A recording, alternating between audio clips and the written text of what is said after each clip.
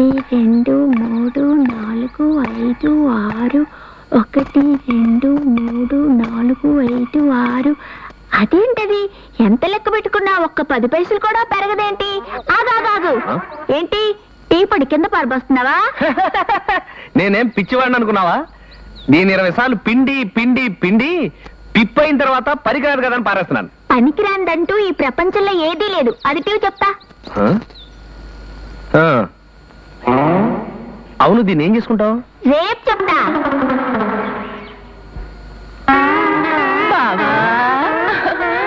ఏం బాకు? ఆ పిల్లాడికి టీ పొడి పిప్పించినట్లు నీ మనసు నాకు ఇవ్వకూడదు అంటే ఏంటి నీ ఉద్దేశం? నా మనసు ఆ పనికిరాని టీ పొడి లాంటిదనా?